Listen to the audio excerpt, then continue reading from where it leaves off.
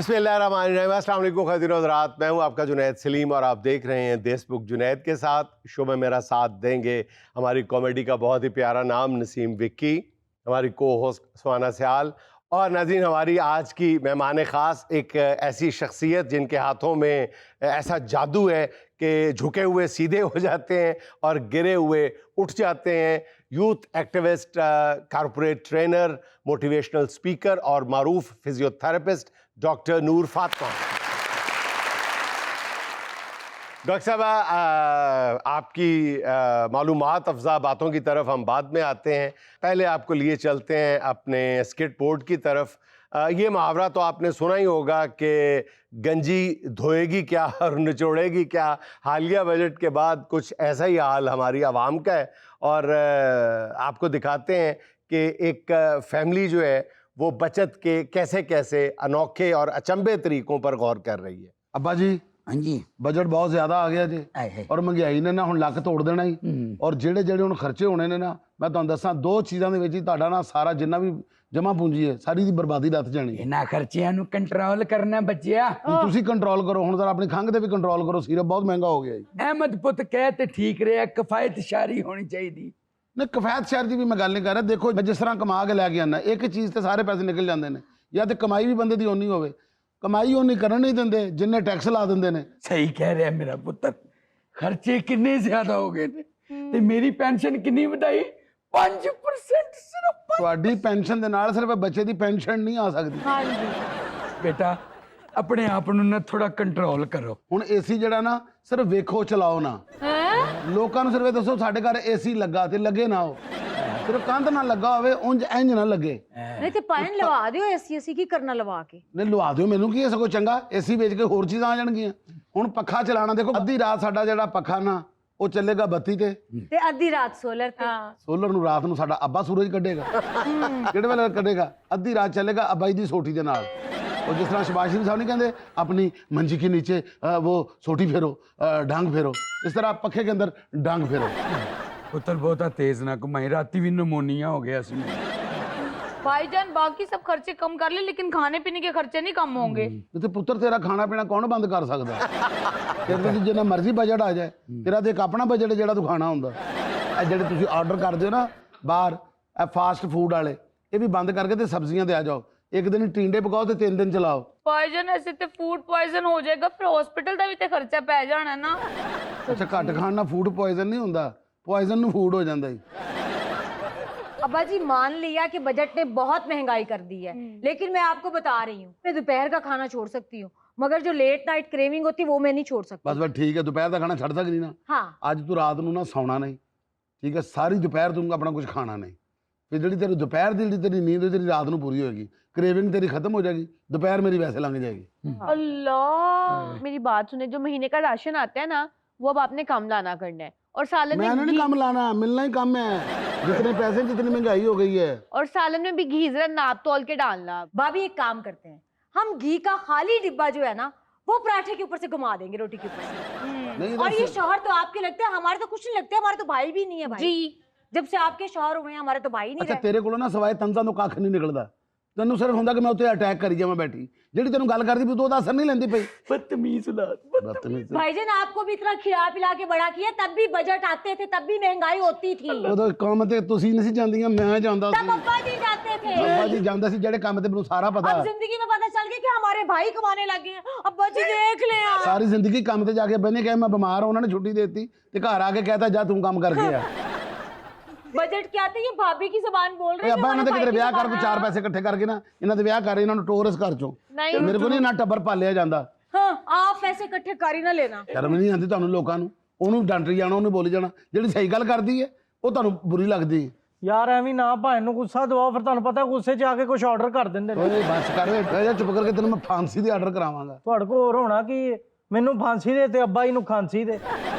अच्छा, मैनू इस पुत्र ते गुस्सा भी आ रहा है ते तरस भी आ रहा ਓਏ ਕੁੜੀ ਦੇ ਨੱਕ ਦੇ ਨਾਲ ਸੋਟੀ ਮਾਰਦੀ ਆ, ਬਾ ਮੁੜ ਕੇ ਕਹੇਗਾ ਉਥੋਂ ਲਹੂ ਵੀ ਆ ਰਿਹਾ। है। पुत्र तुसी भी थोड़ी थोड़ी बचत करो। नहीं, किवें करिए बचत? तर कपड़े जेड़े प्रेस करने ने शाम 5 बजे तो पहले करो, ਬਾਅਦ ਚ ਯੂਨਿਟ ਵੱਧ ਜਾਂਦਾ ਹੈ। ਨਾਲੇ ਇਸਤਰੀ ਤੇ ਜ਼ਰੂਰ ਕਰਨੇ ਨੇ, ਚੁੱਪ ਕਰਕੇ ਗੜਵੀ ਲਵੋ, ਉਹਦੇ ਚ ਕੋਲੇ ਪਾਓ, ਐਂ ਕਰਕੇ ਇਸਤਰੀ ਕਰੋ, ਮੁੜ ਕੇ ਬਾਅਦ ਚ ਫਿਰ ਕੋਲੇ ਤੋਂ ਹਾਂਡੀਆਂ पका लो। नहीं भाईजान, हम भी फ्राई पैन के साथ कपड़े इस्त्री कर लेते फ्राई पैन ना करो, मुड़ के वेखना भाग कैसे लगते ने, बंदा डायरेक्ट वजीरे वाला लगदा ही। ਇਹ ਪੁੱਤ ਜਿਹੜੇ ਤੁਸੀਂ ਕੱਪੜੇ ਧੋਂਦੇ ਹੋ, ਅੱਧਾ ਟਾਈਮ ਵਾਸ਼ਿੰਗ ਮਸ਼ੀਨ ਬਿਜਲੀ ਤੇ ਚਲਾ ਲਓ, ਅੱਧਾ ਟਾਈਮ ਉਹਨੂੰ ਗੇੜੇ ਦੇਈ ਜਾਓ। वाह बाजी, इंज करके सी वाशिंग मशीन ਨੂੰ ਗੇੜੇ ਦੇਈ ਜਾਈਏ, ਕੋਈ ਪੁੱਛੇ ਕੀ ਕਰ ਰਹੇ ਹੋ, ਅਸੀਂ ਕਹੀ ਨਹੀਂ ਮਸ਼ੀਨ ਨੂੰ ਨੀਂਦ ਆ ਰਹੀ ਸੀ, ਉਹਨੂੰ ਜਗਾ ਰਹੇ ਆ। ਇਹਨਾਂ ਨੂੰ ਚੰਗਾ ਪਾਇਆ ਨਾ, ਤੁਸੀਂ ਇੱਕ ਕੰਮ ਕਰੋ। ਕਿਹੜਾ ਕਰਾਂ? ਮੇਰੇ ਕੋਲ ਬੜਾ ਅੱਛਾ ਆਈਡੀਆ ਹੈ। ਤੁਸੀਂ ਸਭ ਨਾ ਐਡੇ ਥਾਪੇ ਲੈ ਕੇ ਦਿਓ, ਤਸਲੇ ਲੈ ਕੇ ਦਿਓ, ਅਸੀਂ ਕੱਪੜੇ ਜਾ ਕੇ ਇਛਰੀ ਵਾਲੀ ਨਹਿਰ ਤੇ ਧੋ ਕੇ ਆਵਾਂਗੇ। ਜੇ ਕੋਈ ਪੁੱਛੇਗਾ ਨਾ ਇੱਥੇ ਕਿਉਂ ਧੋ ਰਹੀ ਹੋ ਤੇ ਕਵਾਂਗੇ ਜਾ ਕੇ ਬਜਟ ਵਾਲੇ ਕੋਲ ਪੁੱਛੋ। ਨਾ ਲੋਕੇ ਧੋਣਾ, ਜੇ ਕਿਸੇ ਨੂੰ ਪਤਾ ਲੱਗੇ ਨਾ ਕਿ ਨਹਿਰ ਤੇ ਕੱਪੜੇ ਧੋਣੇ, ਇਹਨਾਂ ਤੋਂ ਕੋਈ ਪਤਾ नहीं, अगली बार नहर पे भी टैक्स ला देना। और नहीं, रुखसाना को आप बोलेंगे ये साथ वाली गली में इसकी दोस्त का घर है, हेलो उबर आ जाओ मुझे छोड़ आओ। क्या यार, ये बच्चे को साइकिल लेकर दे, ये इसको छोड़ के आया करेगा। भाभी आइडिया तो बहुत अच्छा है, बल्कि जब गुड्डू में छोड़ने जाए ना तो इसको बोलना है कैरियर के पीछे 2 सवारियां और भी बिठा। आइडिया तेरा भी बहुत अच्छा, जिथे बाइकियां निकली उथे साइकिलियां भी निकल आएगी। ਬਲਕਿ ਗੁੱਡੂ ਬੇਟਾ ਜਬ ਅੱਬਾ ਜੀ ਛੋਟੀ ਤੇ ਆਤ ਨਾ ਚੁੱਕਿਆ ਕਰੋ, ਪਹਿਲੇ ਵੀ ਤੁਹਾਡੀ ਵਾਰ ਮੈਨੂੰ ਐਨਕ ਲੱਗੀ, ਇਹ ਮੇਰਾ ਡੇਲਾ ਕੱਢ ਦੇਣਾ। ਮੈਂ 7 ਸਾਲ ਦਾ ਸੀ ਜਦੋਂ ਅੱਬਾ ਜੀ ਦੀ ਛੋਟੀ ਦੀ ਵਾਰ ਤਾਂ ਮੇਰੀ ਖੱਬੀ ਅੱਖ ਦਾ ਆਇਆ ਹੋ ਗਈ, ਹੁਣ ਫਿਰ ਮੈਂ 12 ਸਾਲ ਦਾ ਜਦੋਂ ਹੋਇਆ ਦੂਜੀ ਅੱਖ ਵੀ ਇਹਨਾਂ ਨੇ ਮੇਰੀ ਖਰਾਬ ਕਰਤੀ। ਨਹੀਂ ਤੇ ਮੈਨੂੰ ਐਨਕ ਕਿੰਜ ਲੱਗੀ ਜੀ। ਤੁਹਾਨੂੰ ਅੰਮੀ ਦੀ ਵਾਰ ਤੋਂ ਲੱਗੀ। ਤੇ ਇਹਦੇ ਨਾਲ ਭਾਬੀ ਸਾਨੂੰ ਸਾਈਕਲ ਤੇ ਭੇਜ ਰਹੀ ਹੈ, ਕਿਆ ਕਹਿੰਦੇ। ਭਾਬੀ ਦਾ ਜਿਮ ਛੁਡਾਓ ਤੇ ਇਹਨੂੰ ਵੀ ਘਰ ਦੇ ਕੰਮਾਂ ਤੇ ਲਾਓ, ਕੰਮ ਵਾਲੀ ਰੱਖੀ, ਉਹਦੇ ਨਾਲ ਵੀ ਬਜਟ ਵੱਧਦਾ ਹੈ। ਪੁੱਤ ਮੇਰੀ ਗੱਲ ਸੁਣ ਲਾ, हाँ जी, ਮੈਂ ਤੈਨੂੰ ਇਹ ਕਹਿਣਾ ਚਾਹਨਾ, ਹੁਣ ਜਿਵੇਂ ਵੀ ਇਹਨੂੰ ਮੈਨੇਜ ਕਰ ਪੁੱਤ, ਤੂੰ ਮੇਰਾ ਕਮਾਊ बाबा जी ਪੁੱਤ। खर्चे घटाओ, पता कि नहीं, जेड़ी जेड़ी चीज बचती है उन्हें बचाओ। मैं तो सिंपल गल कर रहा, और ये अब हैवी नाश्ता करने भी छोड़ दो। हल्का हल्का नाश्ता करो। टिशू खाने शुरू कर देगी नाश्ता। जवाब तो बड़े देने आते हैं, टिशू खाने शुरू कर दईए। ਆਪਣੀ ਭੈਣ ਤੇ ਹੱਥ ਚੁੱਕੇਗਾ। कदों चुके, मैं तो इंजन नहीं किया। भाईजान पूरे हफ्ते का मेन्यू बनाकर दे दें कि हमने क्या खाना और क्या नहीं खाना। बस अपना मेकअप घटा दे, समझी कि नहीं। और एक तो तेरा मेकअप का खर्चा उतो, जो सवेरे उठ के मुंह धोनी है ना, बाहर लोग समझ रहे हैं अंदर गड्डी धोन दिया कोई। इस तरह के कोई लाल रंग जा रहा, पीला रंग जा रहा, अखा जो मस्कारा निकल के जा रहा। ਖਬਰਦਾਰ ਭੈਣਾਂ ਨੂੰ तेरी वजह तो साडा गटर तैयार हो गया बाहर। ਜੋ ਮਰਜ਼ੀ ਹੋ ਜਾਏ ਵਾਈਫਾਈ ਬੰਦ ਨਹੀਂ ਹੋਣਾ ਚਾਹੀਦਾ। ਮੈਂ ਗੇਮਾਂ ਖੇਡਣੀਆਂ ਹੁੰਦੀਆਂ ਨੇ। गेमां खेलने में सारा कुछ बंद कराना है। हुण गेमां की भी खेलनी जाके ग्राउंड 'ਚ खेलनी है। ਤੂੰ ਇਹ ਗੱਲ ਕਰ ਸਕਣਾ, ਤੇਰੇ ਨਾਲ ਵਾਈਫਾਈ ਹੈ ਨਾ, ਸਾਡੀ ਤੇ ਮਰ ਗਈ। ਅੱਛਾ ਗੱਲ ਸੁਣੋ, ਇਹ ਜਿਹੜੀ ਮਹਿਮਾਨ ਨਵਾਜ਼ੀ ਤੇ ਤੁਹਾਡੇ ਖਰਚੇ ਹੁੰਦੇ ਨੇ ਨਾ, ਹੁਣ ਇਹਨੂੰ ਵੀ ਜ਼ਰਾ ਥੋੜਾ ਜਿਹਾ ਘਟਾਓ। ਤੁਹਾਡੀਆਂ ਜਦੋਂ ਸਹੇਲੀਆਂ ਆਉਂਦੀਆਂ ਨੇ ਨਾ ਜੀ, ਐਵੇਂ ਪਾਰਟੀ ਕਰਤੇ ਆ, ਪੀਜ਼ਾ ਮੰਗਵਾ ਲਓ, 버ਗਰ ਮੰਗਵਾ ਲਓ। ਹੁਣ ਜਿਹਨੇ ਵੀ ਪਾਰਟੀ ਕਰਨੀ ਹੈ ਨਾ, पार्टी ਕਰਨ ਤੋਂ ਪਹਿਲੇ ਤੁਸੀਂ ਆਪਣੀ ਸਹੇਲੀਆਂ ਨੂੰ ਫੋਨ ਕਰਨਾ, आ रही हो मेरी तरफ, रास्ते में एक पिज्जा तो पकड़ती लाना, दूसरी का 2 बोतलें तो पकड़ती लाना। इन्हों को मंगवाओ खाना खराब दिया पुत्रों को। भाईजान हम इतने कमीने नहीं हुए अभी। हाँ होना पैना, जो बजट आ गया ना। हाँ, बजट सिर्फ हम दोनों के लिए आया है इस घर में जी। ਹੁਣ ਪਤਾ ਕੀ ਹੈ, ਹੁਣ ਤੁਸੀਂ ਪੀਜ਼ੇ ਪੂਜ਼ੇ ਨਾ ਦਿਖਾਓ ਘਰ ਦੇ ਵਿੱਚ ਕਿ ਇਹ ਦੇਖੇ हमारे घर में बिरयानी औसम, हमारे समोसे गरम, ठीक है, ये देखे शानदार किस्म के हमारे पिज़्ज़े पड़े हुए ना। ਹੁਣ खाली मोबाइल फड़ के कहो ये मैं हूँ और ये हमारे घर में कुछ भी नहीं और ये हमारी पार्टी हो चुकी है। और ये जो पूरी पूरी रात आप लोग मोबाइल चार्जिंग पे लगा के यूज करती हो ना, बहुत बिजली इस्तेमाल होती है। जहाँ सलोन जाती हो ना, वहीं पर मोबाइल चार्ज करके आया करो। और बल्कि 1 मिनट, सलोन भी क्यों जाना है, 2-2 घंटे जाके ये पैसे वेस्ट करके आती हैं, फर्क कुछ भी नहीं पड़ता इनको। ਤੁਸੀਂ ਕੰਮ ਕਰੋ, ਐਵੇਂ ਕਿਸੇ ਕੱਪੜੇ ਦੀ ਦੁਕਾਨ ਤੇ ਜਾ ਕੇ ਨਾ, ਭਾਈ ਜ਼ਰਾ ਹਮਾਰਾ ਇਹ ਚਾਰजिंग पे लगा दो, ਉਹਦੇ ਕੱਪੜੇ ਖੋਲ ਖੋਲ ਵੇਖੀ ਜਾਓ, ਜਦੋਂ ਵੇਖੋ ਨਾ 97 ਹੋ ਗਏ ਨੇ, ਨਹੀਂ ਭਾਈ ਅਸੀਂ ਕੁਝ ਨਹੀਂ ਲੈਣਾ, ਲੈ ਕੇ ਨਿਕਲ ਜਾਓ। मतलब सारा बाजार साडा वाकिफ हो जाए। हाँ, जिस दुकान के आगे से गुजरेंगे दुकानदार कहेगा लाओ बाजी फोन चार्ज कर दो, बल्कि अगला कहेगा बाजी किन्ने गज मोबाइल चार्ज कर। ਫਿਰ ਤੁਸੀਂ ਭੱਲਿਆਂ ਵਾਲੀ ਰੇਹੜੀ ਤੇ ਜਾ ਕੇ ਸਿਰਫ ਇੰਨੇ ਪੁੱਛਣਾ, ਭਾਈ ਕਿੰਨੇ ਦੀ ਪਲੇਟ, ਉਹਨੇ ਕਹਣਾ ਪਲੇਟ ਦਾ ਕੋਈ ਪਤਾ ਨਹੀਂ, ਚਾਰजिंग ਨਹੀਂ ਹੁੰਦੀ। ਤੇ ਚਲੋ नाज़रीन, यहाँ में लेनी एक छोटी सी कमर्शियल ब्रेक, हमारे साथ रहिएगा।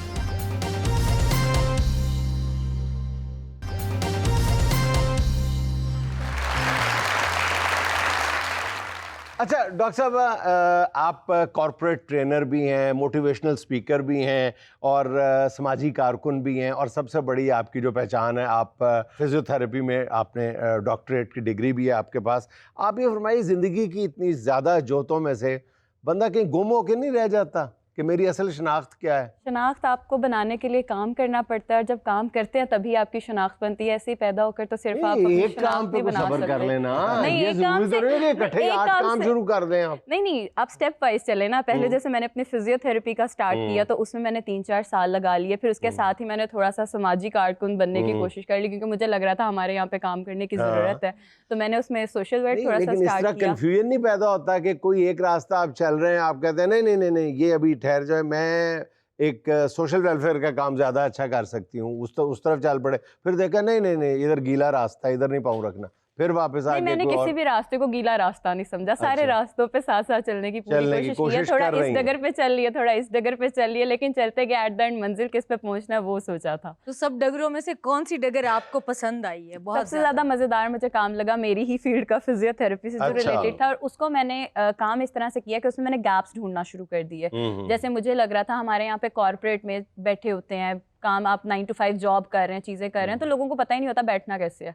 तो वो वाला एक गैप ढूंढ के जब मैंने कॉर्पोरेट में आके काम करना शुरू किया ना, उसमें मुझे बहुत ज्यादा, सबसे ज्यादा मजा अभी तक जिस काम में आया ना, वो कॉर्पोरेट में तो डॉक्टर साहब फिजियोथेरेपी आपने अपने वालिद साहब के साथ मिलके एक रफाई स्कूल भी आप चला जी, रही हैं जहाँ अल्हम्दुलिल्लाह। पे यतीम और नादार बच्चों की तालीम का बंदोबस्त किया गया है। सर 1979 से चल रहा है, मैं अच्छा, अभी से नहीं माशाल्लाह। चला रही। अल्हम्दुलिल्लाह मेरे बाबा तो 1979 से कर रहे हैं। अच्छा, माशाल्लाह। इसकी बड़ी मजेदार एक स्टोरी है। जी जी उसमें ये है कि मेरे बाबा कहीं बैठे हुए थे अपने फ्रेंड के साथ ना, वो कोई स्कूल मास्टर थे, तो उन्होंने बैठे हुए ना, अबू कहते हैं एक औरत आई, उसके 4 बच्चों की 4 रुपए फीस थी और वो दे नहीं पा रही थी। तो उसने कहा कि मैं अपने बच्चों को पढ़ाना चाहती हूँ, तो मैंने कहा ये आप फीस रखें और ना आप इसके बच्चों को आगे पढ़ाएं। तो वो कहते हैं उसने झोली उठाई और उसने मुझे इतनी दुआएं दी कि उसी वक्त मेरे जहन में आया कि अगर एक औरत के मैंने बच्चों को पढ़ाया, ये 3 बच्चे थे, तो आगे अगर मैं औरों के बच्चों को पढ़ाऊंगा तो अल्लाह मुझे कितनी दुआएं और कितना सवाब देगा। तो इस तरह से मेरे बाबा ने ये इनिशिएटिव लिया 1979 से। एक नहीं 2-3 स्कूल्स उन्होंने ऐसे इलाकों में बनाए जहाँ पे लोग अफोर्ड नहीं कर सकते थे पढ़ाई। अभी भी जिन इलाकों में हमारा स्कूल चल रहा है वो ऐसे इलाके हैं जहाँ पे लोग मुश्किल से महीने का 30,000 शायद कमाते होंगे। वहाँ पर गरीब और यतीम बच्चों की बिल्कुल फ्री ऑफ कॉस्ट अभी भी उन्हें पढ़ाई और तालीम ऐसी दी जाती है कि पूरी आप इंग्लिश मीडियम स्कूल्स के साथ अगर उनका कंपैरिजन करें, बिल्कुल उस तरह से उन्हें पढ़ाया अच्छा जा रहा डॉक्टर है। साहब, आप नहीं समझती कि पाकिस्तान में फिजियोथेरेपी एक नया फिनोमेना है किसी ना किसी अंदाज में? आज से पहले तो ये जो भी होता था वो कहते थे थोड़ी सी मालिश करा लो ठीक हो जाएगा, हाँ, ठीक है, लेकिन अब फिजियोथेरेपी को बाकायदा एक साइंस के तौर पे रिकग्नाइज किया जाता है, फिजियोथेरेपिस्ट की एक डॉक्टर के तौर पे इज्जत की जाती है, इलाज के लिए उसकी डॉक्टर से ज़्यादा अहमियत हो गई हुई है, बिल्कुल। क्योंकि डॉक्टर से तो आपने हफ्ता 1.5 हफ्ता इलाज करा के उसके बाद फिजियोथेरेपी से पल्ले आपने पड़ जाना है कोई 1.5, 2, 3 महीने के लिए। डिपेंड करता है आपकी सिचुएशन के ऊपर। 6 वीक तो कह ही देते हैं। 6 वीक वो जिन्होंने पैसे कमाने होंगे वो लाजमी कह देते 6 वीक तो अच्छा। लाजमी तुसी आना है। देखिए अवेयरनेस की बात आ गई है ना, आप दवाइयाँ अगर खा रहे हैं, कोई भी चीज़ आप ले रहे हैं, तो उसने आपको अगर 70% फ़ायदा देना तो उसने 30% आपको किसी ना किसी तरीके से नुकसान भी देना, कोई भी आप अगर दवाई यूज़ कर रहे हैं। फिजियोथेरेपी बेसिकली फिजिकल थेरेपी से निकला है कि आप अपनी फिजिकल थेरेपी के साथ अपने जो भी आपके मसाइल हैं, जैसे फॉर एग्जांपल एक नॉर्मल सी चीज़ ले लेते हैं, कमर का दर्द लोगों को आराम से ऐसे ही उसको सोच नहीं रहे होते हैं, लेकिन वो किस तरह से आप बिना दवाइयों के वो एनसेड्स पे लग जाएंगे, दवाइयाँ खाते जाएंगे, लेकिन आप अगर उसे थोड़ी सी एक्सरसाइजेस के साथ कर सकते हैं तो आपका कमर का दर्द 1 हफ्ते में खत्म। अच्छा डॉक्टर साहब, ज़हन में सवाल ये उठता है कि अब जैसे जैसे सोशल मीडिया की अवेयरनेस बहुत ज़्यादा उसने दे दी है, तो लोग यही कहते हैं कि चले अगर फिजियोथेरेपी भी करनी है तो फिजियोथेरेपिस्ट के पास क्यों जाना है, एक तो जाना पड़ेगा, फिर फीस देनी पड़ेगी। वो कहते हैं यूट्यूब पे जाके कहता है लोअर बैक पेन, ठीक है, और एक्सरसाइज देख लेता है, वो खुद कर लेता है। अब इसमें भी देखें ना, अवेयरनेस लें लेकिन ठीक तरीके से लें। आपकी कमर में अगर दर्द निकल रहा है, अब आपको क्या पता वो शैटिका की वजह से निकल रहा है या वो किसी और मसले की वजह से निकल रहा है। आपने अपनी एक टांग की फ्लेक्शन करानी है, आप उसकी यूट्यूब पे देख के एक्सटेंशन करवा रहे हैं, तो वो भी इंटरनेट वो भी सोशल मीडिया पे पता चल जाता है कि किस वजह नहीं से सर, दर्द हो आपको रहा है। आप अगर आपने खुद ही डायग्नोज कर लेना है तो फिर आप में और एक तो डायग्नोज करने वाले में क्या फर्क होगा? डॉक्टर्स इसी वजह से तो तंग हैं। डॉक्टर्स का बस चले तो सोशल मीडिया पे हुकूमत से ज्यादा जज्बा शौक लेके पाबंदी लगाए। अब वो तो पता चलता नहीं कि दर्द है कौन सी है। नहीं, आप जो अपने- आपके टांग में या कमर में निकली है ना जी, किसी ने शाटिका का कहना है, किसी ने मसल का कहना है, किसी ने कहना जी आप रेस्टलेस हैं, किसी ने कहना जी आपकी वो नस दबी हुई है। वो 70,000 मतलब बंदे के अंदर वो 70,000 आप किसी एक ऐसे बंदे के पास चले जाए ना जो वो सारी एक बंदा चीजों का कहाँ पे है एक हमें बताएं। वो एक बंदा आप ढूंढ कर सर्च करके जो आप दवाइयाँ या आप उधर एक्सरसाइजेस बस फिर बंदा अपने पोतों के साथ बैठ के ना यही कहेगा पुत्र हवेली लिखे अपना बड़ा बड़ा जरा अजे फलक शेरो बैठदा जे वो कानम रोड़दा ते गिट्टे दा पटाखा काटदा जे। और फलक शेर का कमाल ये है कि वो गिट्टे का पटाखा निकालता है तो कान खुद ब खुद मुड़ जाता है। वो कान मुड़ने के बाद फिर उसके बाद आपका यही होता है ना कि आपके कभी कंधे का जो बुढ़ापे में आपने कहा ना ओ जी मैं तो इस तरह ही दीवार नाल लग्या सी ते वो जड़ा ने जड़ा ਤੁਹਾਨੂੰ ਮੋੜਿਆ ਸੀ ਨਾ ਉਹੀ ਤੁਹਾਡੀ पीड़ उस तरह निकल। अच्छा डॉक्टर साहब, एक फिजियोथेरेपिस्ट खातून होने के नाते आपके पास मर्द भी आते होंगे, खवातीन भी आती होंगी, तो आप उनको कैसे टैकल करती हैं, खास करके मर्दों को? हमारे पाकिस्तानी मुआशरे में इसे थोड़ा सा टैकल करना मुश्किल होता है, लेकिन हाँ। हम टैकल कर लेते हैं क्योंकि हमारी ट्रेनिंग के दौरान में हमें इस चीज़ के बारे में सोशियोलॉजी और इस तरह की चीज़ें पढ़ाई जाती हैं। तो उसमें हम करते हैं कि हमारे क्लिनिक में हमने अपने साथ मेल स्टाफ लाजमी रखा होता है। कंसल्टेशंस हम खुद कर लेते हैं, डायग्नोज खुद कर लेते हैं। उसके बाद जब उनका आगे जो भी प्रोसीजर स्टार्ट होना है, फिजिकल एक्टिविटी, एक्सरसाइजेज जो करवानी होती हैं, फिर वो हम खुद नहीं करवा रहे होते। बहुत सारे लोग आते हैं इस ख्वाहिश के साथ कि हाँ हम जाएंगे और हमारी इस तरह से हाँ, फिजिकल बिल्कुल। थेरेपी होगी। कई मर्द ऐसे भी होते हैं कि वो डॉक्टर साहब से पूछते होंगे कि डॉक्टर साहब आपका मेल स्टाफ छुट्टी पे किस दिन जाता है? ये ना प्रॉब्लम जब चल रही थी ना, तो मैं फिजियोथेरेपी अपना करने के लिए जाता था थेरेपी, तो वहाँ पर ना 2-3 डॉक्टर औरतें थी, वो बेचारी बड़ी अच्छा मेरा ट्रीटमेंट कर रही थी, हाँ। तो मुझे वो एक्सरसाइज करवानी, हाँ। तो मेरी वाइफ को ना था ये रोजाना जाता है वहाँ पर, इधर नया मसला है। तो ना कहती है मुझे भी कहती प्रॉब्लम हो गई है। अच्छा। मैं कहा जी अच्छा, तो मैंने उनको कहा, मैंने कहा मेरी वाइफ को भी ये प्रॉब्लम, वो आना चाह रही है।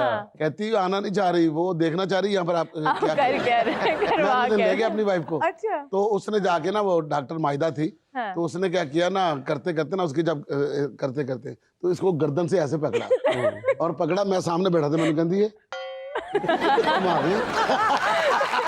आप बताएं आपने जवाब क्या दिया? और मैं हंस पड़ा, वो कहती कि आप उसको देखे हंसेगी, हंसेगी, वो मुसीबत मैं भी नहीं दस सकता कि होया कि इसी। नहीं नहीं ऐसे होता है, ऐसे बिल्कुल होता है। मतलब जो ऐसे लोग होते हैं उनके पटाखे निकालने के लिए आपने मेल स्टाफ रखा हो? रखा होता है, उनके ऐसे पटाखे निकलवाते हैं कि दोबारा उनके पटाखे निकलने वाले रहते हैं। अच्छा जैसे वो ये जो फिजियोथेरेपी है, ये एक बहरहाल तरीका इलाज, जैसे मैंने कहा पाकिस्तान में रिकग्नाइज बहुत तेजी से होना शुरू हो गया है और ख़वातीन बहुत ज़्यादा आ गई हैं, लेकिन इसमें एक सवाल ये पैदा होता है कि मायूसी का एलिमेंट बड़ा लंबे इलाज की वजह से थोड़ी देर बाद के बंदा डेस्परेट हो जाता है कि यार 3 हफ्ते हो गए ठीक, तो फ़र्क तो पड़ नहीं रहा कोई, जबकि फिजियोथेरेपिस्ट ने कहा होता है कि जी आपको 1-1.5 हफ्ते में फ़र्क नज़र आना शुरू हो जाएगा, वो फ़र्क नज़र नहीं आता। तो सर जो कंसिस्टेंसी या पेशेंस चाहिए वो नहीं आता। इसमें मसला ये आता है कि हम ना जब पेशेंट करते हैं ना, तो पेशेंट को हम साथ कुछ प्रिकॉशंस भी बताते हैं। पेशेंट के ना ठीक होने की सबसे बड़ी वजह ये होती है कि आपने फॉर एग्जांपल कमर में दर्द है कहीं पे, हमने कहा आपने ज़्यादा झुकना नहीं है, आपने सीढ़ियाँ नहीं चढ़नी है। पेशेंट ने उस चीज़ पे बिल्कुल अमल नहीं करना, उसने झुकना भी उसी तरह से है, वजन भी उसी तरह से उठाना है और सीढ़ियाँ भी उसी स्पीड के साथ चढ़नी है। अब उसके बाद आके आप कहें जी आपने मुझे 2 हफ्ते का कहा था, 2 हफ्ते के बाद तो मुझे फ़र्क नहीं पड़ा। ऑब्वियस सी बात है, बिना दवाइयों के बिना टीकों के आपका इलाज कर रहे हैं। अब खुद अल्लाह माफ़ करे, ऐसे तो बैठे नहीं है कि अगर 2 हफ्ते का कह दिया तो 2 हफ्ते, हाँ 3 हफ्ते लग सकते हैं, लेकिन हम लोग बेसब्रे लोग हैं। बेसब्रे लोग हैं। होता क्या है कि मुझे मतलब प्रॉब्लम है ना, तो मुझे आपने कहा ये नहीं करना, मुझे थोड़ा सा फील हुआ ना कि ठीक है, तो मैंने ऐसे झटका मार देना कि मैं तो बस ठीक हो गया हूँ। अब किसी का गला खराब है ना, बैठ गया गला, तो उसको पता कि मेरा गला खराब है, इसको टाइम लगना है, सुबह तक ठीक होना, वो हमें बैठा बैठा करके डॉक्टर साहब ये बताएगा कि हमारे यहाँ आम तौर पे फिजियोथेरेपी का मतबादल पहले मालिश ही समझा जाता था, सीधी बात है। अच्छा वो रवायती जो मालशिए थे वो ख़ानदानी मालशिए होकर कई नस्लों से ये काम कर रहे हैं, बड़े बड़ा इलाज कर भी लेते थे आप। अच्छा डॉक्टर, लेकिन अब की फिजियोथेरेपी जो है, जो मॉडर्न फिजियोथेरेपी है, वो इसको बिल्कुल डिनाई करते हैं। वो कहते हैं जी आपको मालिश करवानी ही नहीं चाहिए। ये कैसा है? मालिश की अपने फ़वाइद तो हैं ना। अच्छा हमारी फील्ड में मैनुअल थेरेपी की तरफ हम चले जाते हैं। मैनुअल थेरेपी इस तरह से होती है, मसाज की तरह ही होती है, जैसे आपके पट्टे हैं या कोई चीज़ है उसमें कोई गुठली बन गई है तो उसको हम मैनुअली ट्रिगर्स को हम रिलीज़ कर रहे होते हैं। अब उसमें जो मालिशी होते हैं वो भी वही कर रहे होते हैं, वो सिर्फ तेल लगा रहे होते हैं और उसके साथ थोड़ा सा ज़्यादा आप कह लें कि बेहतरी से उन्हें लगता था। हाँ जी मालशी तो बिल्कुल ऐसे करते हैं। अच्छा वो एट में ज्यादा करते हैं। आपके सर में ऐसे करते करते बंदा डर रहा होता है कि मुंह ना भिजवा लाया जाए, मुंह में रख के तालियां ना बजनी शुरू हो जाए। हमारे यहाँ ये देखा जाता है कि जो मालशी जितने जोर से ताली बजाता है ना, वो उतना अच्छा मालशी उसका वो जोर है ना। उमर भाई तो दबा रहे थे इस तरह ना, एकदम एक मालशी से ना, तो वो दबाते दबाते पता है ऐसे ऐसे करता करता करता ये करके कहता भाई तू सिर्फ ये कर, ये मैं खुद कर लूंगा। मालिश को मैं गलत नहीं कहूँगी, मालिश भी एक तरह से आपकी बॉडी को रिलैक्स करने के लिए बड़ी इंपॉर्टेंट चीज़ है, लेकिन उसमें ये होता है कि आपने अगर ज़रा सा हाथ गलत फेर दिया, जैसे अब मालशे बैठे होते हैं या घर में भी फॉर एग्जांपल औरतें जिन्हें बुला रहे होते हैं वो क्या करते हैं, वो ऐसे हाथ नीचे की तरफ ऐसे बड़ी जोर जोर से करेंगी, बाजी तुहाडी ते लत्तां चो सारियां गुठलियां कट के चलिया जानियां ते मसला ये होंदा है कि 3 दिन बाद गुठलियां 6 दी जगह 8 बनियां होंदियां। तो वो हाथ गलत लग जाता है, उससे क्या होता है कि आपका मसल, आपका सर्कुलेशन आपने बेसिकली ऊपर की तरफ लेकर जाना होता है, और वही मालशी जब मालिश कर कर जाते हैं ना, वो सर्कुलेशन आपका पूलिंग कर जाएगा, लोगों का एडीमा होना शुरू हो जाता है, उनके जिस्म में पानी भरना शुरू हो जाता है, क्यों? क्योंकि आपके सर्कुलेशन वो डिस्टर्ब कर गए थे। अच्छी चीज़ है, लेकिन अगर ठीक तरीके से की। सुहाना का सवाल मेहमान से। डॉक्टर साहब इसमें हम आपको 4 ऑप्शंस देंगे, एक आपने सेलेक्ट करनी है। अगर कोई मरीज कमर दर्द की तकलीफ के साथ आए और कहे कि इलाज वैसे करे जैसे मोहल्ले का चाचा बशीरा कड़ाका निकाल के करता है, तो आप क्या करेंगी? डॉक्टर साहब इलाज हाथ से करेंगी, कड़ाका मुंह से निकाल देंगे? जोर से टांग मार के गया कि चाचे बशीर की तरह। ऑप्शन नंबर 1, जिस तरह कुब्बे को लात मारकर कुब निकालते हैं वही। वैसे करेंगी। वो आ गया ना जी। विक्की वैली ऑप्शन।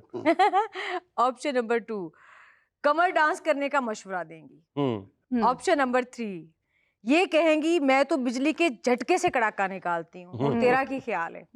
ऑप्शन नंबर 4, या कड़ाका निकालने वाले चाचे को ही क्लिनिक में भर्ती कर लेंगी ताकि ऐसे मरीजों से डील कर सके। मुझे लगता है बिजली का झटका लगा के करूंगी ताकि चाचा बशीर जो है ना वो साइड पर हो जाए। पता नहीं उसने किस तरह कड़ाके कड़ने के, वो कहता चाचे वांगू ही कड़ने थे मेरे कड़ाके।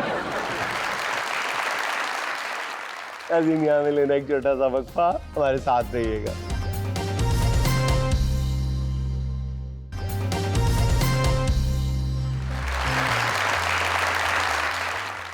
अब कह कहो के साथ करेंगे इलाज गम, अब कह कहो के साथ करेंगे इलाज गम, हम मुद्दतों उदास रहे कुछ नहीं बना। कुछ नहीं बना। वाह जी वाह। सर अब हम चलते हैं अपनी हंसती मुस्कुराती महफिल की जानिब। जी जी अस्सलामुअलैकुम, मेरा नाम मोहम्मद तैयब है। मैं एक शेर आपको सुनाऊंगा। इरशाद। मिलने का वादा तो उसके मुंह से निकल गया, मिलने का वादा तो उसके मुंह से निकल उसके गया। मुंह से निकल गया, आपके मुंह से नहीं ठीक तरह निकल रहा। मिलने का वादा तो उसके मुंह से निकल गया, पूछी जगह तो कहा ख्वाबों में आ जाना। वाह जी वाह। नेक्स्ट। अस्सलाम वालेकुम। वालेकुम सलाम। मेरा नाम निसार सुलहरी है, सियालकोट से हूँ। मुंडा कलाया था? हाँ जी। ਤੁਹਾਡਾ ਮੁੰਡਾ ਕਲਾਇਆ ਦਾ, ਸਾਡਾ ਮੁੰਡਾ ਉੱਥੇ ਵਿਆਹਿਆ ਦਾ। जी कुछ अशार हैं। जी इरशाद। जो शख्स पेड़ काटने वाले का साथ दे, जो शख्स पेड़ काटने वाले का साथ दे, समझो कि उसको साए का मतलब नहीं पता। जो शख्स पेड़ काटने वाले का साथ दे, समझो कि उसको साए का मतलब नहीं पता। यानी ये दुनिया तुमने नहीं देखी मेरे दोस्त, यानी तुम्हें सराय का मतलब नहीं पता। यानी ये दुनिया तुमने नहीं देखी मेरे दोस्त, यानी तुम्हें सराय का मतलब नहीं पता। और तुमने हमारी चाय की दावत को रद्द किया, तुमने हमारी चाय की दावत को रद्द किया। तुमको हमारी चाय का मतलब नहीं पता। मतलब नहीं पता। हमारी चाय का मतलब नहीं पता।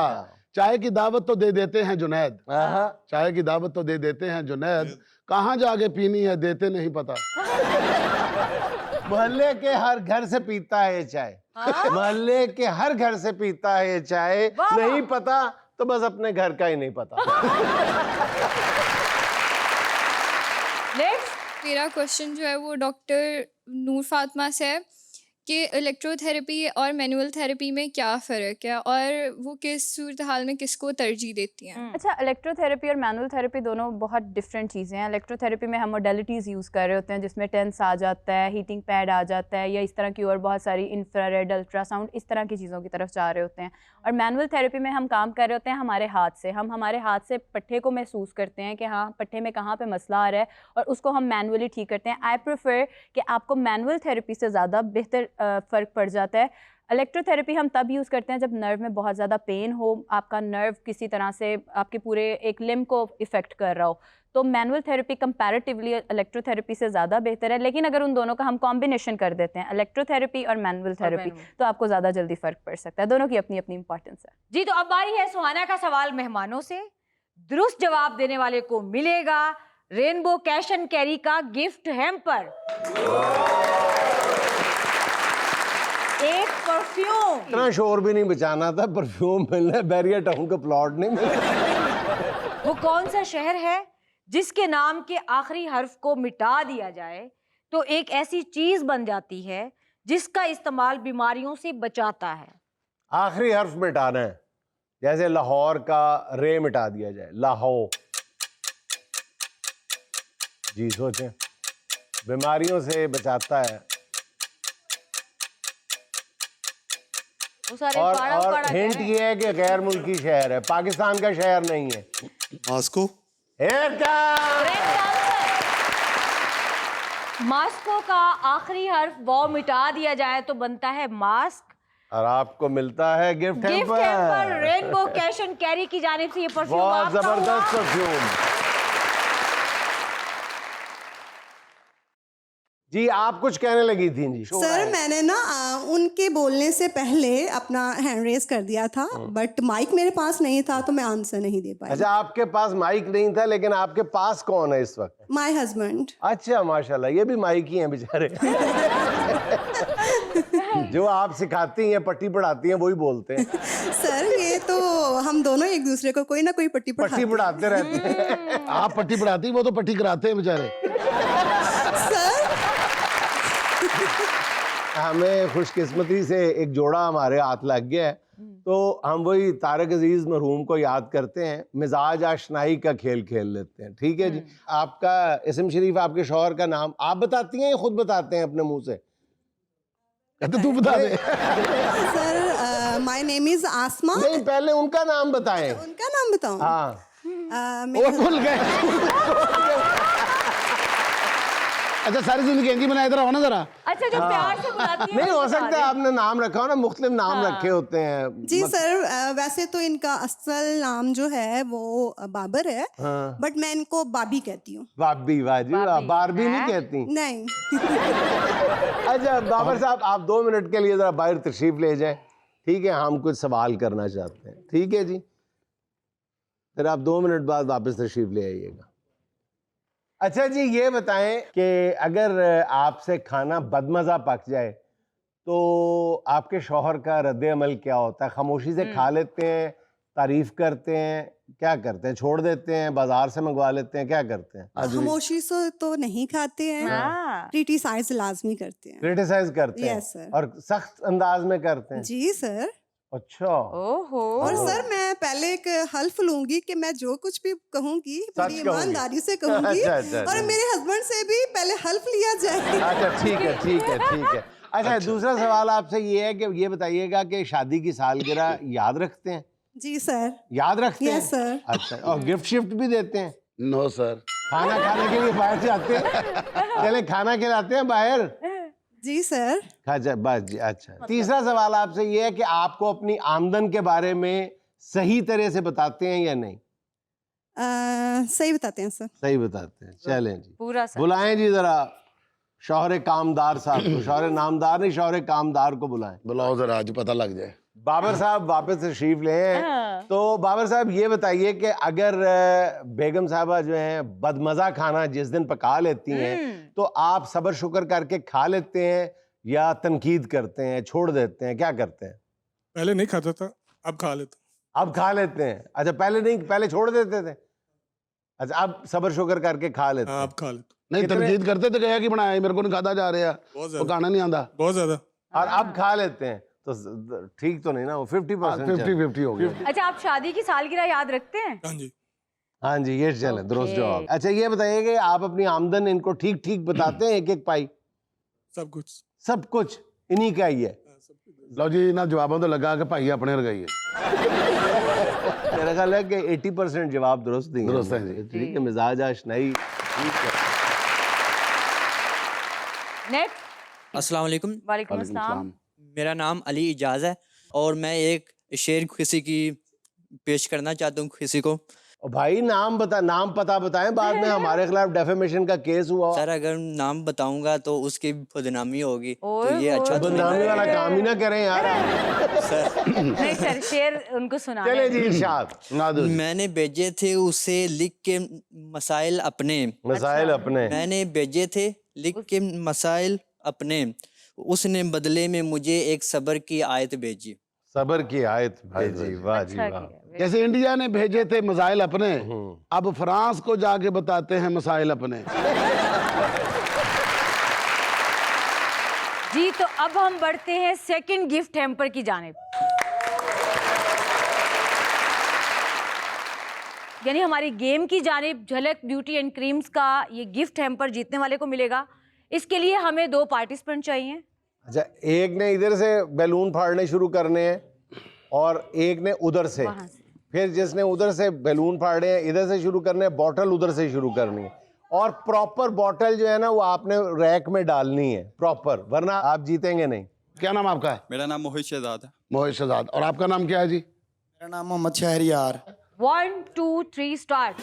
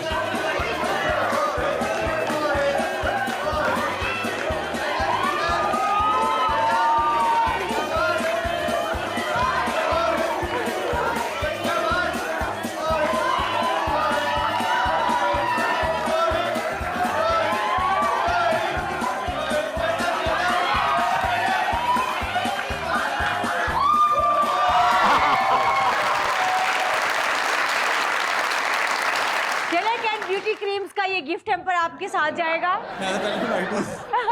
हालांकि जरूरत उसको थी क्रीम की।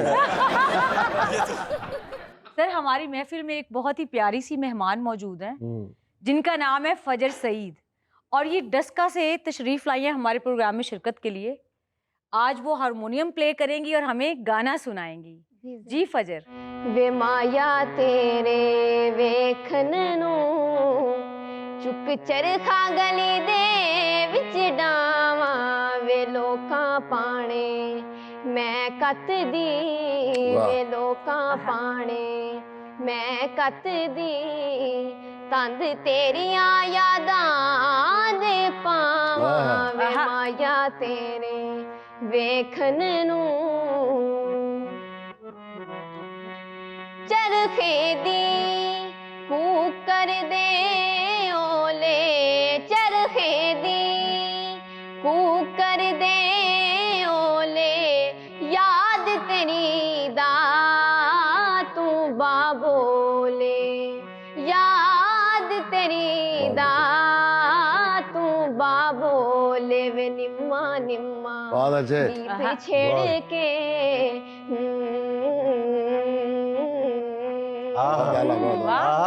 वे निम्मा निम्मा गीत छेड़ के तंद कत दी हुलारे खावा वे माया तेरे वेखन नू वे माया तेरे वेखन नू।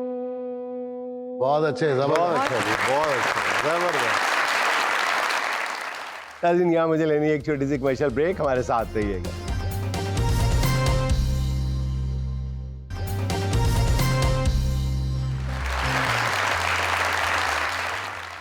नाज़रीन कंजूसी तो आपने सुनी भी होगी, देखी भी होगी और बहुत ज़्यादा देखी होगी, की भी होगी कहीं ना कहीं, लेकिन आज हम आपको दिखाएंगे कंजूसी का आखिरी लेवल।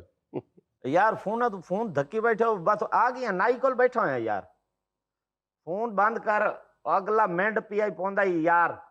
ओ पै गया ही, अब भावे पैकेज लगा है जी, तू जेड़ी शायद बचती है उन्हें बचा तो लवी है ना, बंद करेगा चबल जान। अस्सलाम वालेकुम मैं जरा घड़ी बंद कर लवां सेल जाया हो रहा है शेख अब्दुल कदूस ਆਹਿਸਤਾ ਵੀ ਬੋਲੋ, ਤੁਹਾਡੀ ਆਵਾਜ਼ ਵੀ ਜ਼ਾਇਆ ਹੋ ਰਹੀ ਹੈ। शेख अब्दुल कदूस ਸਰ ਤੁਹਾਡੀਆਂ ਹਰਕਤਾਂ ਤੋਂ ਪਤਾ ਲੱਗਦਾ ਪਿਆ। जनाब ਅਸੀਂ ਆਏ ਆ ਨਾ ਜੀ ਦੇਗ ਪਕਵਾਉਣ ਵਾਸਤੇ। ਬੜੀ ਗੱਲ ਹੈ, ਤੁਸੀਂ ਆ ਗਏ ਹੋ। ਹਾਂ ਜੀ ਵਰਨਾ ਤੁਹਾਡਾ ਤੇ ਇਹ ਵੀ ਟਾਈਮ ਜ਼ਾਇਆ ਹੁੰਦਾ। ਮੈਂ ਹਾਂ ਤੇ ਪੱਥਰ ਰੱਖ ਕੇ ਆਇਆ ਜੀ। ਮੈਨੂੰ ਪਤਾ ਇਸ ਗੱਲ, ਕਿਤੇ ਪੱਥਰ ਦਰਵਾਜ਼ੇ 'ਤੇ ਰੱਖ ਕੇ ਆਏ ਹੋ? ਨਹੀਂ ਨਹੀਂ ਦਿਲ ਤੇ ਉੱਤੇ। ਅੱਛਾ ਦਿਲ ਦੇ ਉੱਤੇ। ਦੇਗ ਪਕਵਾਉਣ ਆਇਆ ਤੇ ਸ਼ਹਿਰ 'ਚ ਦੇਗ ਪਕਵਾਉਣ ਲੱਗੇ ਹੋ? ਬਸ ਤੁਹਾਡੇ ਘਰ ਦੇ ਪਾਈਆ ਚੌਲ ਪਕਣ ਤੇ ਤੁਹਾਡੇ ਘਰ ਫੂੜੀ ਵਿਸ ਜਾਂਦੀ ਹੈ। ਬਸ ਜੀ ਹੁਣ ਵੀ ਮੇਰੇ ਅੰਦਰ ਦਾ ਜਿਹੜਾ ਨਿਜ਼ਾਮ ਹੈ ਨਾ ਉੱਥੇ ਵੀ ਫੂੜੀ ਵਿਛੀ ਹੋਈ ਹੈ। ਐਡਾ ਕਿਹੜਾ ਫੰਕਸ਼ਨ ਆ ਗਿਆ ਕਿ ਪੂਰੀ ਦੇਗ ਹੀ ਪਕਾਉਣ ਲੱਗੇ ਹੋ? ਅਸਲ ਨਾ ਖਾਨਦਾਨ ਵਿੱਚ ਪਹਿਲਾ ਬੇਟਾ ਹੋਇਆ ਹੈ ਸਾਡਾ। ਓਏ ਹੋਏ ਹੋਏ, ਪਹਿਲੇ ਬੇਟੀਆਂ ਪੈਦਾ ਹੁੰਦੀਆਂ ਰਹੀਆਂ ਨੇ। ਅੱਛਾ ਅੱਛਾ। ਇਸ ਵਾਰੀ ਬੇਟਾ ਪੈਦਾ ਹੋਇਆ। ਦੇਖੋ ਨਾ ਕੈਸਾ ਬੇਟਾ ਹੁੰਦੇ ਨੁਕਸਾਨ ਕਰਾਤਾ, ਉੱਠਦੇ ਦੇਖ ਪਵਾਤੀ। ਵੈਸੇ ਤੇ ਰਿਸ਼ਤੇਦਾਰ ਆਉਂਦੇ ਸੀ ਨਾ 2.5 ਕਿਲੋ ਜਾਂ 2 ਕਿਲੋ ਚਾਵਲ ਦੇਗੜੇ ਚ ਪਕਾਈ। ਉਹ ਚੋਂ ਵੀ ਬਚੇ ਰਹਿੰਦੇ ਹੋਣਗੇ। ਬਿਲਕੁਲ ਮੈਂ ਤੁਹਾਡੀ ਗੱਲ ਨਾਲ ਤੁਸੀਂ ਕਿਹੜਾ ਖਵਾਣੇ ਹੁੰਦੇ ਨੇ, ਤੁਸੀਂ ਸੁੰਘਾਣੇ ਹੀ ਹੁੰਦੇ ਨੇ ਇਹ ਕਰਕੇ। ਨਹੀਂ ਐਸੀ ਵੀ ਗੱਲ ਨਹੀਂ। ਮੈਂ ਪਿਛਲੀ ਵਾਰੀ ਯਾਦ ਨਹੀਂ ਜਦੋਂ ਤੁਹਾਡੇ ਘਰ ਵਿਆਹ ਸੀ ਤੇ ਤੁਸੀਂ ਦੇਗ ਦਾ ਢੱਕਣ ਚੁੱਕ ਕੇ ਲੋਕਾਂ ਨੂੰ ਕਹੇ ਲਓ ਜੀ ਚੌਲ ਵੇਖ ਲੈਣ ਤੁਸੀਂ, ਅਗਲੀ ਵਾਰੀ ਖਵਾਵਾਂਗੇ। ਅਸਲ ਵਿੱਚ ਮੈਂ ਚਾਹ ਰਿਹਾ ਵੀ ਦੇਗ ਪੱਕ ਜਾਏ ਨਾ। ਅੱਛਾ। ਤੇ ਜਿਹੜੀ ਬਰਾਦਰੀ ਹੈ ਨਾ ਸਾਡੀ ਉਹ ਤਾਂ ਖੁਸ਼ ਹੈ, ਲੇਕਿਨ ਜਿਹੜੇ ਸਾਡੇ ਫੈਮਿਲੀ ਦੇ ਨੇ ਉਹ ਰੋ ਰਹੇ ਨੇ ਅੰਦਰੋਂ। ਤੁਸੀਂ ਪਤਾ ਕਰੋ ਫਿਰ ਦੇਗ ਲੈ ਜਾਓ ਤੇ ਅੱਧੀ ਅੱਧੀ ਕਰੋ, ਅੱਧੀ ਵੰਡ ਦਿਓ ਖੁਸ਼ੀ 'ਚ ਤੇ ਅੱਧੀ ਵੰਡ ਦਿਓ ਅਫਸੋਸ 'ਚ। ਜਿਹੜੇ ਰੋ ਰਹੇ ਨੇ ਨਾ ਤੁਸੀਂ ਨਾਲ ਖਤਮ ਵੀ ਦਵਾ ਦਿਓ। ਨਹੀਂ ਨਹੀਂ ਬਾਬੂ ਖੁਸ਼ੀ ਦੀ ਮੌਕਾ ਹੈ, ਬੱਚਾ ਪੈਦਾ ਹੋਇਆ ਹੈ ਤੇ ਮੈਂ ਇਹ ਚਾਹ ਰਿਹਾ ਬਈ ਹੋਵੇ ਦੇਗ। ਦਰਬਾਰ ਤੇ ਗਏ ਹੋ ਕਦੀ? ਬੜੀ ਵਾਰੀ ਗਿਆ ਜੀ। ਛੋਟੀਆਂ ਦੇਗਾਂ ਨਹੀਂ ਹੁੰਦੀਆਂ? ਹਾਂ। ਨਾ ਕੀ ਹੁੰਦਾ ਦੇਗ ਦਾ? ਹਾਂ। ਮੈਂ ਚਾਹ ਰਿਹਾ ਵਿੱਚ ਛੋਟੀ ਦੇਗ ਹੋਵੇ ਤੇ ਉਹ ਤੂੰ ਖੁੱਲੀ ਡੋਲੀ ਦੇਗ ਹੋਵੇ। ਤੁਸੀਂ ਇੱਕ ਕੰਮ ਕਰੋ ਹਾਂ ਜੀ, ਤੁਹਾਨੂੰ ਪੈਸੇ ਵੀ ਤੁਹਾਡੇ ਬਹੁਤ ਥੋੜੇ ਲੱਗਣਗੇ। ਤੁਸੀਂ ਇਕੱਲੀ ਦੇਗ ਲੈ ਜਾਓ, ਚੌਲ ਪਕਵਾਓ ਹੀ ਨਾ। ਤੁਸੀਂ ਕਹਿ ਦਿਓ ਜੀ ਦੇਗ ਦਿੱਤੀ ਹੈ ਔਰ ਕਸਮ ਖਾ ਲੈਣਾ। ਤੁਸੀਂ ਆਪਣੀ ਦੇਗ ਬੀਵੀ ਨੂੰ ਦੇ ਦੇਣਾ, ਬੀਵੀ ਤੁਹਾਨੂੰ ਦੇ ਦੇਗੀ। ਸਵੇਰੇ ਕਸਮ ਖਾਣਾ ਸੀ ਦੋਵਾਂ ਨੇ ਦੇਗ ਦਿੱਤੀ ਇੱਕ ਦੂਜੇ ਨੂੰ। ਯਕੀਨ ਮੰਨੋ ਦਿਲ ਮੇਰਾ ਇਹੀ ਕਰ ਰਿਹਾ ਹੈ, ਲੇਕਿਨ ਮਤਲਬ ਇਹ ਇਤਨੀ ਦੇਗ ਹੁੰਦੀ ਨਾ। ਹਾਂਜੀ। ਤੁਸੀਂ ਇਤਨੀ ਕਰ ਦਿਓ। ਤੁਸੀਂ ਇੱਕ ਕੰਮ ਕਰੋ ਹਾਂ ਆਪਣੇ ਮਹਿਮਾਨਾਂ ਨੂੰ ਕਿਸੇ ਦਰਬਾਰ ਤੇ ਲੈ ਜਾਓ। ਇਹ ਕੀ ਗੱਲ ਹੋਈ? ਉਹ ਤਾਂ ਫਿਰ ਬਰਾਦਰੀ ਗੱਲਾਂ ਕਰੇਗੀ। ਨਹੀਂ ਗੱਲਾਂ ਕਰਦੇ, ਤੁਹਾਨੂੰ ਕਿਹਨੇ ਗੱਲ ਕਰਨੀ ਹੈ? ਤੁਹਾਨੂੰ ਯਾਦ ਨਹੀਂ ਤੁਹਾਡੇ ਸਾਲੇ ਨੇ ਤੁਹਾਨੂੰ 100 ਰੁਪਏ ਦਿੱਤਾ ਸੀ ਕਿ ਦਰਬਾਰ ਤੇ ਪਾ ਦੇ, ਤੇ ਤੁਸੀਂ ਦਰਬਾਰ ਤੇ ਜਾ ਕੇ ਕਹੋ ਜੀ ਬਾਬਾ ਜੀ ਇਹ ਮੇਰੇ ਸਾਲੇ ਵੱਲੋਂ ਤੁਹਾਨੂੰ ਤੇ ਤੁਹਾਡੇ ਵੱਲੋਂ ਮੈਨੂੰ ਆ ਗਏ। ਅਸੀਂ ਚਾਹ ਰਹੇ ਹਾਂ ਦੇਗ ਪਕਣੀ ਚਾਹੀਦੀ ਹੈ ਤੇ ਤੁਸੀਂ ਉਹਦਾ ਸਮਾਨ ਲਿਖਵਾਓ ਨਾ। क्या सामान है? रिक्वायरमेंट सारी मतलब कोशिश करेंगे इंशाल्लाह पूरी हो। किन्ने किलो दी पकवानी तुसी देग? मतलब मेरे हलो तो बड़ा घट हो जावे। मतलब जितनी घट हो चलो लिख लो अध पा चौल लिखो, एक लौंग लिखो, एक इलाची लिखो, ठीक है, 4 आने दा गरम मसाला लिखो ते अद्धी चमची घ्यो दी लिखो। किसी ने प्याज कट के सुटिया होवे थोड़ा जिहा थो चुको। एक थोम दी तुरी लवो। मैं बड़ा खर्चा करवा रहा जी तुहाडा। ये तुसी मेरी इंसल्ट कर रहे हो। तुहाडा मेहमान ने, मैं तुसी मेहमान दसोगे, जिन्ना दसोगे मैं उन्नी पका देंगा। 35-40 मेहमानां दे उत्ते कितने क लगने? बस यही लगने जिहड़े तुहानूं मैं लिखाए ने। एक एक दाना सारिआं नूं पा देना आराम नाल। तुहाडे फिर तकरीबन कोई 33-34 दाने बच जाने ने। बिरादरी मेरी कुकड़ ते कुकड़ियां नहीं है भाई जिन्हों एक एक दाना पा देना। फिर 5 किलो कर लईए। 5 किलो मुनासिब है ख्याल है। हाँ काफी ने। हाँ जी। ये फिर देख जना पकाओ, झोली च पकाओ तुसीं अपनी झोली च पा के ना सारा कुछ इस तरह ते सारे समान विच सुट के ते थल्ले अग ला लो। इंज ही ਉਂਗਲਾਂ ਚੱਟਣ ਕੇ ਤੁਹਾਡੇ ਖਾਨਦਾਨ ਵਾਲੇ। ਨਹੀਂ ਭਾਈ ਪਤਾ ਕੀ ਮੈਂ ਤੁਹਾਡੇ ਹੱਥਾਂ ਨੂੰ ਸੀਰਾ ਲਾ ਦੇਣਾ ਸਾਰਿਆਂ ਨੂੰ, ਸਾਰੇ ਇੰਜ ਕਰਨਗੇ ओ भाई खानदानी प्रॉब्लम है यार। ਸਾਰੇ ਇਸ ਤਰ੍ਹਾਂ ਕਰਦੇ ਨੇ। जब ब्लड प्रेशर हाई होवे ना मेरा ये मीटर घूम जाता है। अच्छा ਤੇ ਮੈਂ ਤੈਨੂੰ ਹੁਣ ਕਹਿ ਰਿਹਾ ਭਾਈ ਸਿੱਧੀ ਸਿੱਧੀ ਨੀਅਤ ਨਾਲ ਮੈਨੂੰ ਦੱਸ ਇਹ 5 ਕਿਲੋ ਚਾਵਲਾਂ ਦੀ ਦੇਗ ਦੇ ਉੱਤੇ ਕਿੰਨਾ ਖਰਚਾ ਹੋਸੀ? ਦੇਖੋ ਜੀ ਜਿੰਨੇ ਕਿ ਤੁਸੀਂ ਚੌਲ ਦੱਸੇ ਨੇ ਖਰਚਾ ਤੇ ਟਿਕਾ ਵੀ ਨਹੀਂ ਹੋਣਾ। ਇੰਨੇ ਚੌਲ ਤੇ ਮੈਂ ਵੈਸੇ ਅੱਲਾ ਦੀ ਰਾਹ ਤੇ ਵੰਡ ਦਿੰਦਾ। ਬਹੁਤ ਅੱਲਾ ਦੀ ਰਾਹ ਤੇ ਹੀ ਵੰਡ ਦੇ। ਇਸ ਵਾਰੀ ਮਿਹਰਬਾਨੀ ਫਰਮਾ ਫਿਰ ਕਦੀ ਪਕਵਾਈ ਜੇ ਅਗਰ ਨਸੀਬਾਂ ਚ ਹੋਈ। ਅੱਛਾ ਇਸ ਮਹੀਨੇ ਤੇ ਮੈਂ ਵੰਡ ਬੈਠਾ, ਹੁਣ ਅਗਲੇ ਮਹੀਨੇ ਆ ਜਾਣਾ। यार शेख अब्दुल कदूस नु तू कंजूस समझे होया है। बिल्कुल बेइज्जती तू बेइज्जती करी जाना है। हुन बस कर दे। मैं तेनू कहना खुल के खर्चा कर। 1 रुपए चमचे दा होर किराया पैसी ना पा। एक देग दे विच 2 चमचे पा, ओनू रज रज के खड़का। अच्छा पता लगे भाई शेख अब्दुल कदूस दी देग पक रही है। अच्छा ओदे ते खुल के नची। हां बल्कि मुंडे नु भी कमी धमाला पावे। ओदे मैं चार्जेस ही नहीं लवांगा तेरे। ਤੁਸੀਂ ਇੱਕ ਕੰਮ ਕਰੋ, ਤੁਸੀਂ ਮੈਨੂੰ ਦਿਓ ਆਪਣਾ ਰੁਪਈਏ 20। ਹਾਂ ਠੀਕ ਹੈ। ਖਾਲਾ ਬਸ਼ੀਰਾ ਜਿਹੜੇ ਮਹੱਲੇ ਦੀ ਨਹੀਂ ਹੈ, ਉਹ ਢੋਲਕੀ ਵਜਾਉਂਦੀ ਹੈ। ਮੈਂ ਉਹਨੂੰ ਦੇਗ 'ਚ ਬਿਠਾ ਕੇ ਨਾਲ ਦੇ ਦਾਂਗਾ ਢੋਲਕੀ, ਉੱਤੋਂ ਰੱਖ ਦਿਆਂਗਾ ਢੱਕਣ, ਉਹ ਵਿੱਚ ਢੋਲਕੀ ਵਜਾਈ ਜਾਏਗੀ, ਲੋਕਾਂ ਨੂੰ ਪਤਾ ਲੱਗੇਗਾ ਉਹਦੇ ਘਰ ਦੇਗ ਖੜਕਦੀ ਪਈ ਹੈ। ਤੂੰ ਟੋਟਲ ਦੱਸ, ਟੋਟਲ 5 ਕਿਲੋ ਚਾਵਲਾਂ ਦਾ ਖਰਚਾ ਕਿਤਨਾ ਹੋਣਾ? ਜल्दी कर यार, मैंने दस कितना खर्चा होना है। और जिस वेले मेरी बिरादरी आई खलोती होवे ना, तू सिर्फ विच चमचा कढ़ना है ते देख दा ढक्कन चावना है, तो तू ऐं ऐं करना है, पता लगे भी दूर बिरादरी नु भी विच कोई शै पा रहे ने। पाना है विच कुछ? ने पाना की है भाई, चौलां दे विच होर कुछ नहीं पानी। हां विच चौल ही कढ़ के थोड़ा कुत्ते उत्ते पा देंगे। खुदा दा खाओ, क्योंकि एक अद्धा दाना बाहर डिग पिया तो नुकसान हो जाएगा। ते तू अकल तो काम करी ना, अपने हाथां नु महफूज करके चलाई, कोई दाना बाहर नहीं। मैं खाली यहीं ही करांगा, थल्ले चौल ते यहीं ही करनगे। तेरी मेहरबानी, चावल पका दे, 5 किलो पका दे, वड्डी दे के। अच्छा मैं ਤੁਹਾਡੇ अगर 5 किलो चौल पका दियां, किन्ने पैसे लोगे मेरे कोलों? ओ यार दोगे यार, दोगे दी गल करनी है। कितनी हिम्मत है ਤੁਹਾਡੇ ਕੋਲ? मेरी हिम्मत है वे, मैं तेन सीधी गल करा, मैं 250 रुपया तेरी पकवाई दे सकना। अच्छा 450 रुपए का मटीरियल बन जाए। अच्छा लकड़ियां मेरे घर दियां होंगियां। अच्छा तो मैनू टोटल 1000 दे विच रह के जे अगर 800 च हो सके तो तेरी बड़ी मेहरबानी। अगर मैं ਤੁਹਾਨੂੰ 1500 दियां दे किसी और को पकवा लेंदे। नाज़रीन, ये था आज का देशबुक का। चलते चलते आज की छोटी सी बात यह है कि महकमा मौसमियात की पेशगोई के मुताबिक अगले चंद रोज़ में तूफ़ानी हवाएं चलने का इम्कान है, इसलिए मोहतात रहें। छत पे कोई काम हो तो खुद ना जाएं, बीवी को भेजें, क्योंकि तूफ़ान ही तूफ़ान का मुकाबला कर सकता है, खुद सुपरमैन बनने की कोशिश ना करें। नाज़रीन खुश रहें, खुश रखें। आपसे मुलाकात होगी इंशाल्लाह कल। अल्लाह।